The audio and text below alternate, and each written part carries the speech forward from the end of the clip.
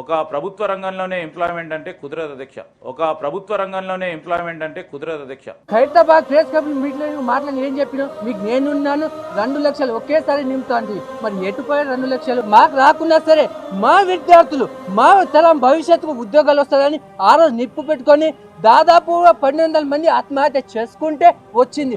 మరి వాళ్ళ ఆత్మహత్య పోయినా వాళ్ళ ప్రాణం గాల్లో కలిసిపోయినా వాళ్ళ ప్రాణానికి కనీసం మనశ్శాంతి లేకుండా చుట్టూ ఇదే రోడ్లో తిరుగుతుంటే వాళ్ళ ఆత్మ ఎంత ఘోషిస్తుంది.